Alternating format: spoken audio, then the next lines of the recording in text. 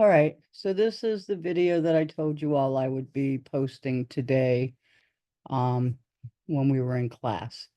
This is to help you just maybe understand or grasp the organization of your arguments a little bit better, but I also want to cover a couple of other things while I have your attention. So we are going to cover point headings very briefly. Then we will discuss the organization for the curtilage issue and the good faith exception issue. And then I'm going to just briefly do one of those learning from your pretrial memos for explanation and application. Not a lot, but just a little bit. We will do more after your drafts come. So first, point headings. This would also be applicable to subpoint headings and sub-subpoint headings. This is a reminder from what you learned in LSV 1. In LSV 1, you were told that your point heading should identify three things: your prediction, the part of the rule that justifies your prediction, and the key facts that support your prediction. Remember that you are not predicting now. Now you are actually making positive assertions. The format you were taught in LSV 1 is you should state your prediction because is a great word, and include the part of the rule that justifies your prediction and the key facts that support your prediction. So now when we move to this semester and you go to your textbook says that point headings are assertive statements of one of two things: either an action that you want the court to take. This court should find that the wooden structure was part of the curtilage, or the conclusion you want the court to adopt: the wooden structure was not curtilage, right? That's the difference between the two. But not only that, it also has to include the reason that the court should take that action or agree with that assertion. What does that mean? It means you need to provide the part of the rule and the key facts that support your conclusion. So it still includes three things.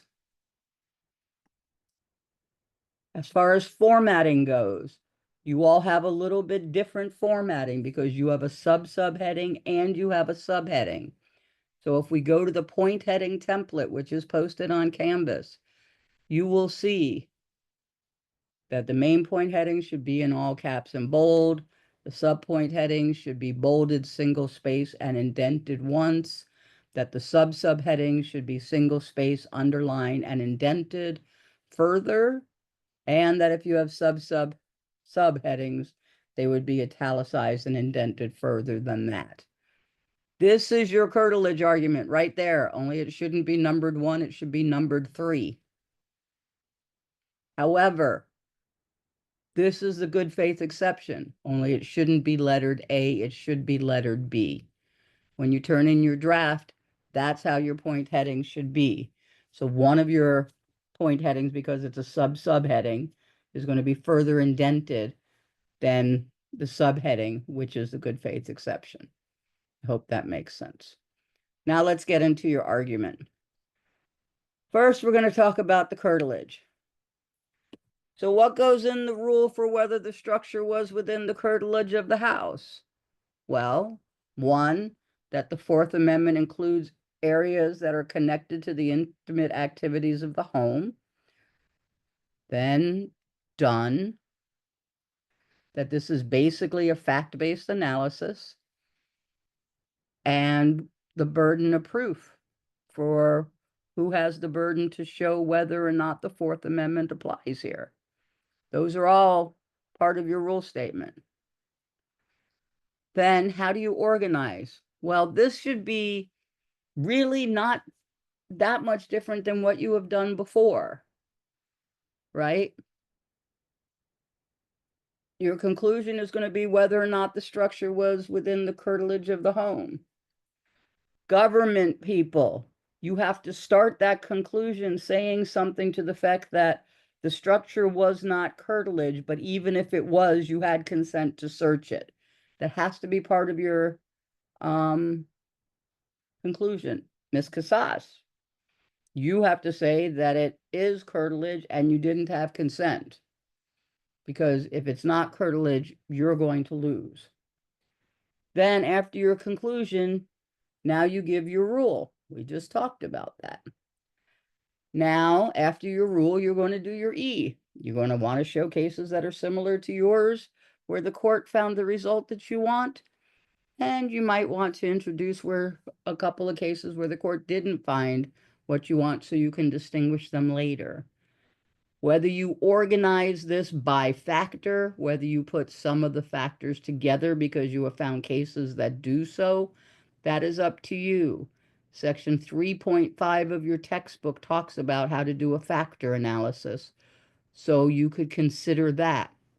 But remember, just because you meet just one of the factors doesn't necessarily mean you win or you lose, because of how Dunn is not an element test. It is a factor test, and the court considers all of the factors and then either balances them based on the totality of the circumstances.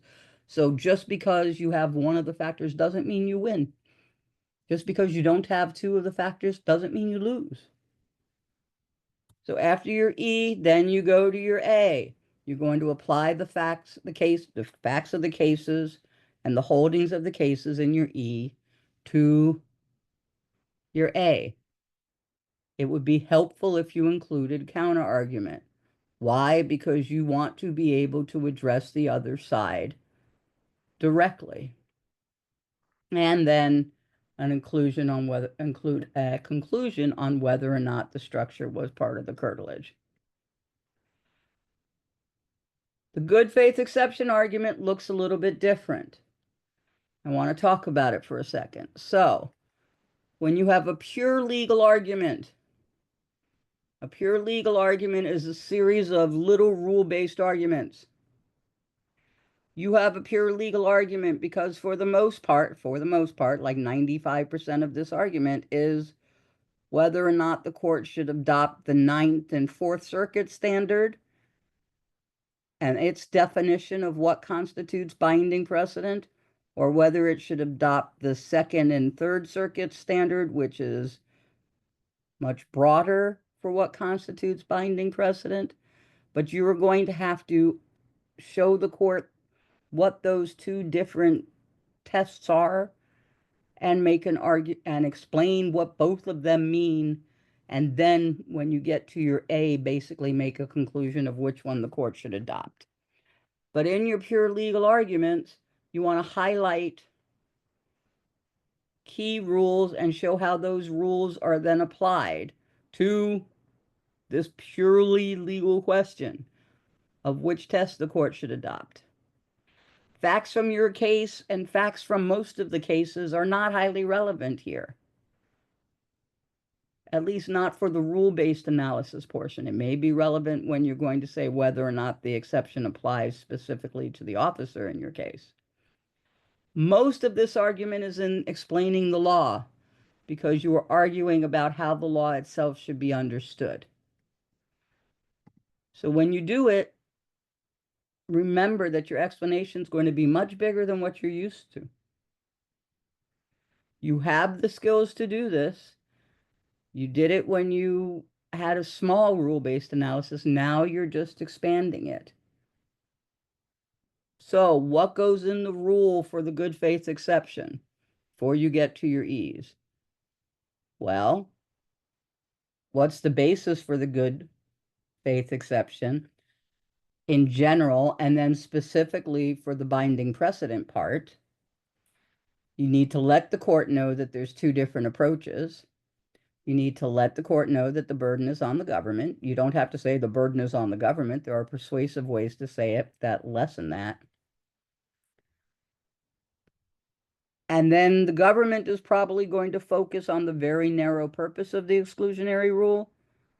And Ms. Casas is probably going to focus on government overreach and how if you don't hold police officers in check, then life could run amok. So, but you need to explain how those things happen. That's the policy underlying the good faith exception as a whole. Now, how do you organize your argument? Well, First, you provide your conclusion. Then should, the officer's behavior, if bad, should be excused, whatever. Then you're going to define the exception. Again, introducing the narrow and the broad interpretation, the policies and the burdens. Now in your explanation, you're going to talk about the different reasonings of the courts on this issue, the different treatment on what constitutes binding precedent and why. Then in your application, you're going to apply the different reasoning and explain why either the officers are correct in saying that it should apply or why Ms. Casas is correct in saying why it shouldn't apply. Now you apply your preferred test to the facts in your case. Do not get into detail. The only thing that is at issue here is whether the good faith exception applies to the officer's behavior in searching the curtilage. That is it. You don't have to go into the abandonment issue. You do not have to go into the consent issue. It is solely about the curtilage issue. So you apply the test to your facts and you argue that you could win. Then hopefully you can find a way to argue that you could win on the other side. I'm going to say this straight out. Ms. Casas, you probably can make that argument. Government, I think you're going to be pretty much in a pickle that you could apply, that you could win under both tests, especially if you hold the Ninth Circuit to its word, where it has to be binding precedent of that appellate jurisdiction, because the 12th doesn't have anything, because there is no 12th. And then you are going to conclude. I hope that helps a little bit. Breathe. Let's talk just a little bit more about explanation and application. So to review rule explanation, I want you to remember what rule explanation is for. It's not just there for you to give me an FHR because Professor Cleon says so. No, it is to actually show the reader what the rule looks like in practice. So you're giving the rules and the law in your rule section. Many of those terms may not be familiar to the reader, or they don't really know how other courts have applied it. So your job in the explanation section is to draw a picture, is to illustrate. That's why it's called a case illustration. How that rule has worked in real life. So you set out cases that have applied the rule in the past. You organize by hooks, which are concepts. So what part of the rule are you explaining? Then you can try to start with your most important case.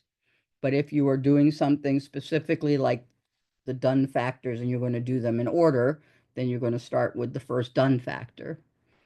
But then you need to provide an FHR for each of your case illustrations, or mini FHRs for each of your explanatory parentheticals. Remembering that you need facts. Simply saying the officer violated department policy, so the court invalidated the search, doesn't help the reader understand what a violation of department policy looks like, right? So you need to give the legally significant facts, then you give the holding, and then you give the rationale. In your case illustrations, you should try to avoid quoting and paraphrase.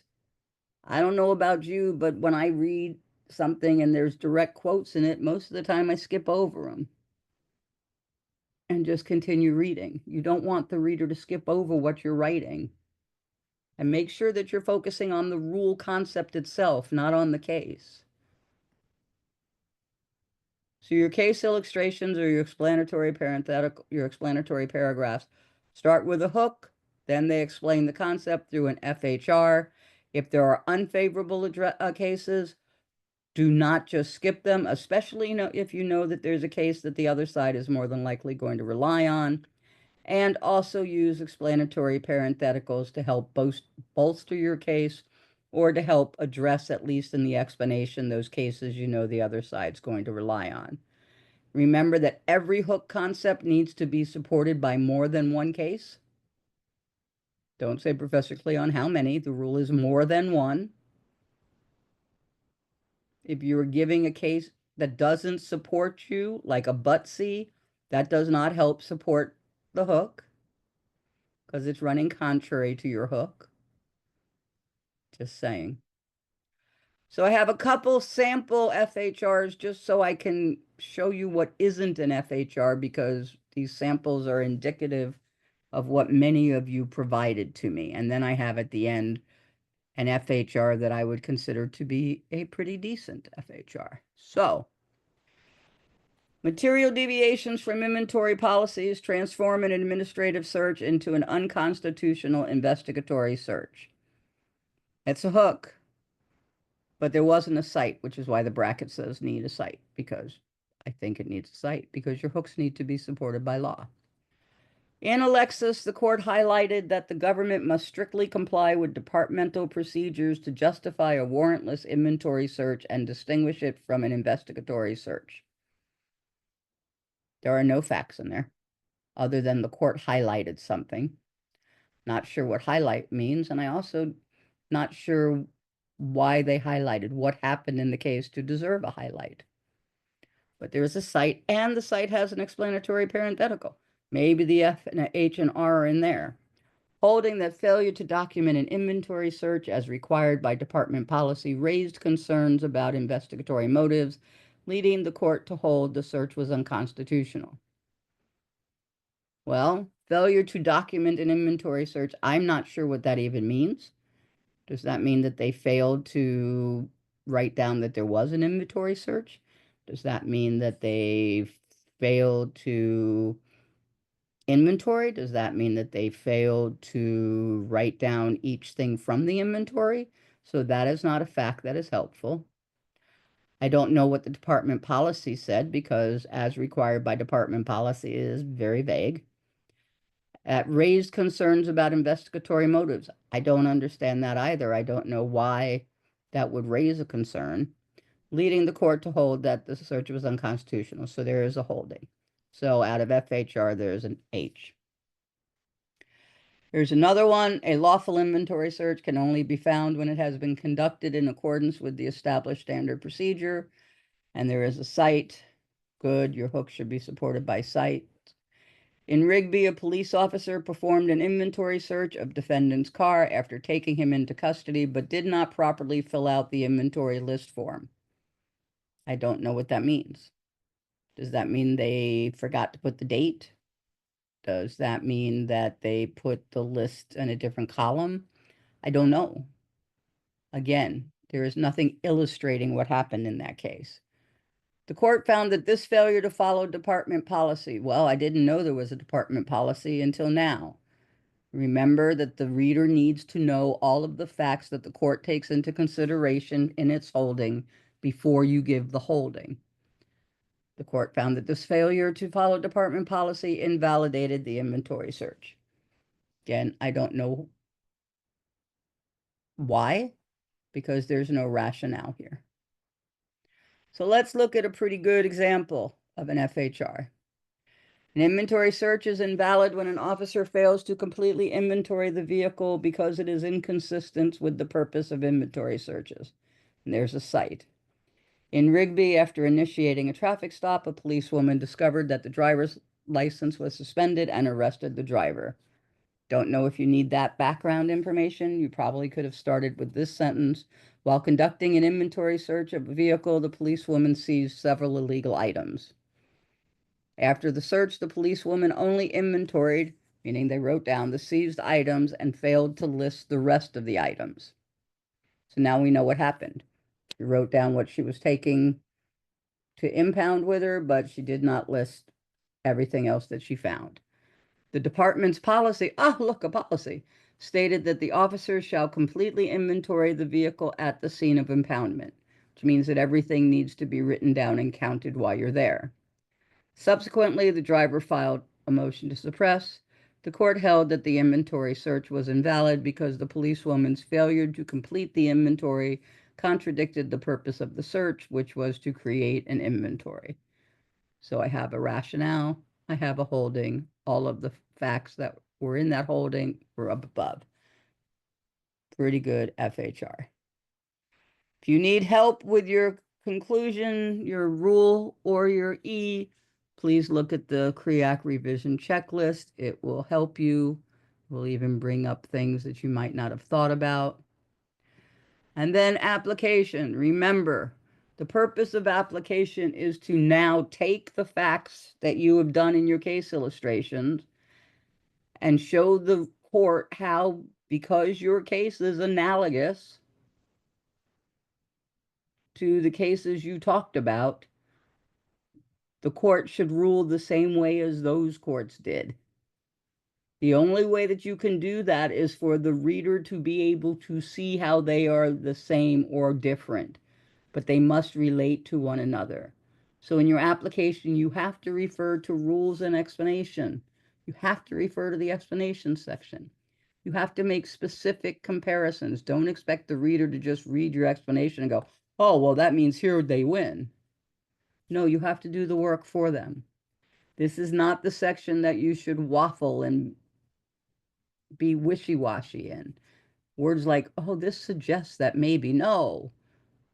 State your claim. Be assertive. And your application should be explicit and specific, meaning using actual facts.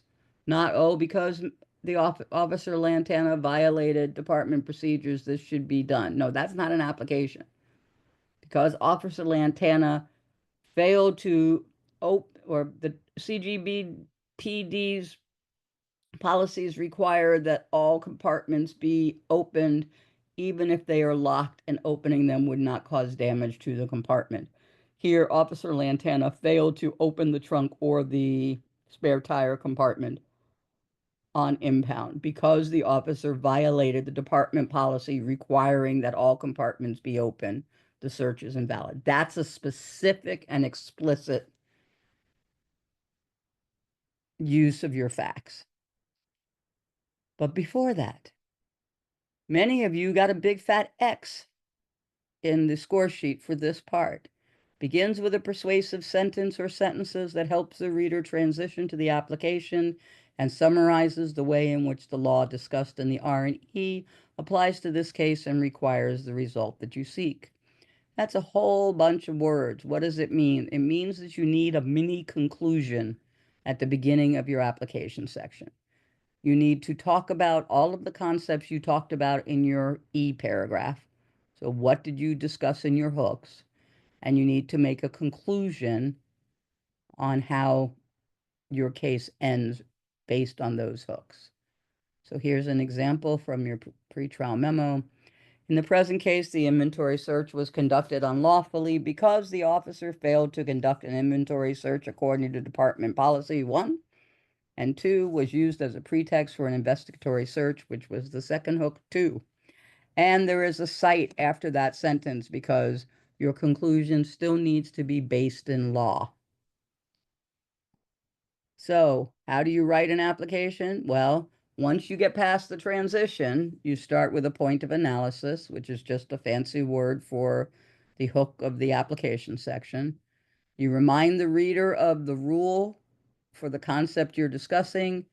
You remind the reader of the explanation, meaning the cases that you use to support that concept, and you apply that rule to your case by analogizing or distinguishing the cases that you use to support that portion of the rule.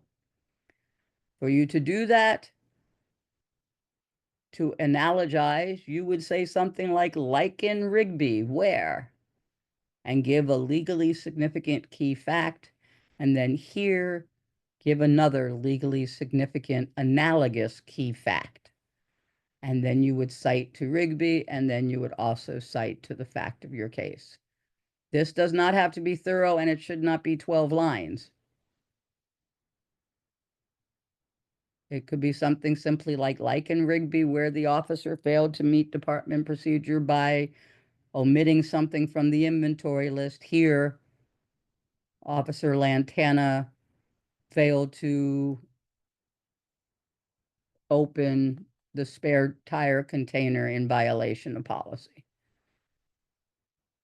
If you want to distinguish, you would distinguish with, unlike in Brown, where the officers followed all departmental policy. Here,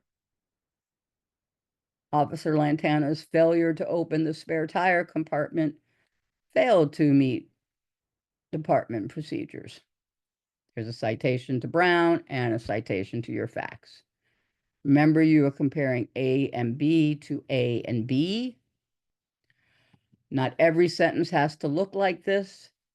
You can do them in individual sentences, but make sure that you don't fact dump. What is a fact dump? This is a fact dump. If you just look at this paragraph, you don't even have to read it, just look at it. Do you see a case cite anywhere? No, this is just somebody who went, these are my facts, without any relation to law or to the cases or making any analogies at all. It's not what you want to do. You want to go through your facts and analogize them to the facts of the cases. Just like with your E, if you want some help with your application and your conclusion, I encourage you to go back to the CREAC revision checklist and use it as a checklist to make sure that what you're turning in has all of the things that you need. Some final reminders about the E and the A that I saw in your memo that I shouldn't. Do not use proper nouns in the FHRs. I don't need to know the names of any businesses. I should not know the names of any parties.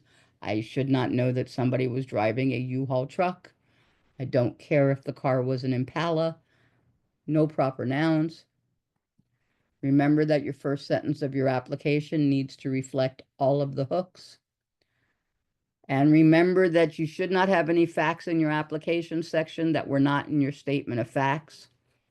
And you should not have any facts from your cases in your application section that were not in the FHRs. With that, I wish you good luck and thank you for your time and have a good one.